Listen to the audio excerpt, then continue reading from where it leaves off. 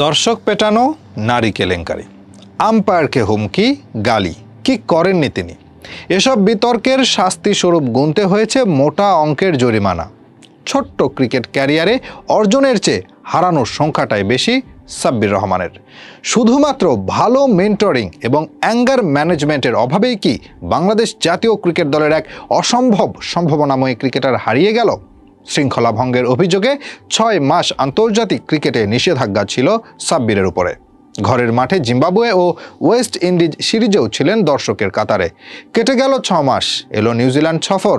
দলে স্থান পাবেন কি পাবেন না সে নিয়েও ছিল জল্পনা আর কল্পনা। অবশেষে সুযোগ হলো, ব্যাট হাতে নেওয়ার জায়গা হলো দলে। ২০১৯ সালের সেই নিউজিল্যান্ড ও বাংলাদেশের মধ্যকার ৩ ম্যাচ সিরিজের শেষ ম্যাচে নিউজিল্যান্ডের ৩৩০ রানের বিশাল স্কোর তাড়া করতে গিয়ে মাত্র ৪০ রানে ৪ উইকেট হারিয়ে বসে বাংলাদেশ। এই হার হতে পারত বাংলাদেশের অন্যতম লজ্জা আর অপমানজনক হার। সেই অবস্থায় সাব্বির সেঞ্চুরি হাঁকিয়ে দলকে একটি সম্মানজনক অবস্থায় নিয়ে গিয়েছিলেন। ম্যাচ হারলেও সেটা ছিল অন্তত সম্মানের। বাংলাদেশের টি-20 ফরম্যাটের ১ নম্বর খেলোয়াড় হিসেবে আখ্যায়িত হলেও সাব্বির রহমান আদতে পুরোদস্তুর একজন ব্যাড বয়।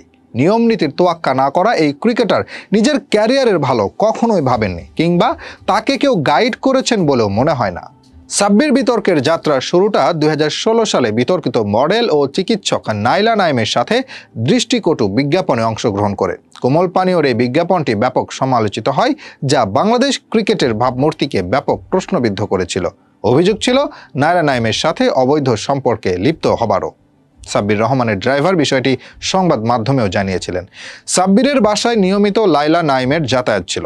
একই বছরের শেষ নাগাদ সাব্বির রহমান নিজ ফেসবুক আইডিতে একটি ভিডিও পোস্ট করে পুনরায় বিতর্কের মুখোমুখি হয়েছিলেন। ভিডিওর উদ্দেশ্য ব্যক্তিগত কিছু বিষয় দর্শক ও ভক্তদের ব্যাখ্যা দেওয়া হলেও সেটা ছিল শৃঙ্খলা পরিপন্থী। এ নিয়ে সামাজিক যোগাযোগ মাধ্যম জুড়ে সমালোচনার ঝড় ওঠে। এরপর ২০১৮ সালের প্রথম দিকে দর্শক পিটিয়ে নতুন বিতর্কের জন্ম দেন সাব্বির। এজন্য তাকে গুনতে হয়েছিল ২০ লক্ষ টাকা। সেই সাথে বাদ পড়েছিলেন বাংলাদেশ ক্রিকেট বোর্ডের কেন্দ্রীয় চুক্তি থেকে এবং নিষিদ্ধ হয়েছিলেন ঘরোয়া ক্রিকেটে। অ্যাঙ্গার ম্যানেজমেন্ট তার মোটেও ভালো ছিল না, এই ঘটনায় তার জ্বলন্ত প্রমাণ। জাতীয় দলের একজন ক্রিকেটার বিজ্ঞাপনে কাজ করতে পারেন, তবে অবশ্যই সেটা শৃঙ্খলা মেনে। সাব্বির তার অতীত ভুল থেকে শিক্ষা নিয়ে নিজেকে কখনোই শুধরাননি। বিপিএলের চতুর্থ আসরে নারী কেলেঙ্কারির মতো ন্যাক্কারজনক ঘটনাতে ১২ লক্ষ টাকা জরিমানা গুনেছেন। এমনকি বিপিএলের পঞ্চম আসরেও সিলেটে মাঠে আম্পায়ারদের গালি দিয়ে তিনি বড় অঙ্কের আর্থিক জরিমানা দেন। ছাত্র যত দুষ্টুমি করুক না কেন, পরীক্ষায় ভালো রেজাল্ট করলে তার সব মাফ।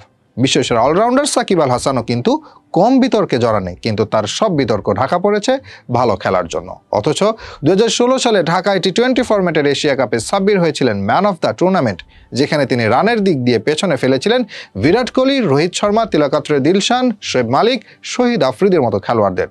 সাব্বির রহমানের ক্রিকেট ক্যারিয়ারের দিকে তাকালে দেখা যায় বাংলাদেশের জাতীয় ক্রিকেট দলের হয়ে সাব্বির রহমান মোট ১১টি টেস্ট ম্যাচ খেলেছেন। তার সংগ্রহ ছিল ৪৮১ রান, অর্থাৎ গড়ে ছিল ২৪ রান।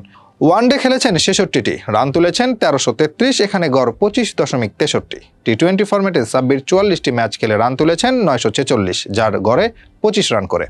নিষেধাজ্ঞা আর মাঠের বাইরে থাকা সাব্বির মোটামুটি ভালোই সুযোগ পেয়েছিলেন নিজেকে প্রমাণ করবার, তবে সম্ভাবনায় এই ক্রিকেটার সেটা করতে এক প্রকার ব্যর্থই হয়েছেন বলা চলে।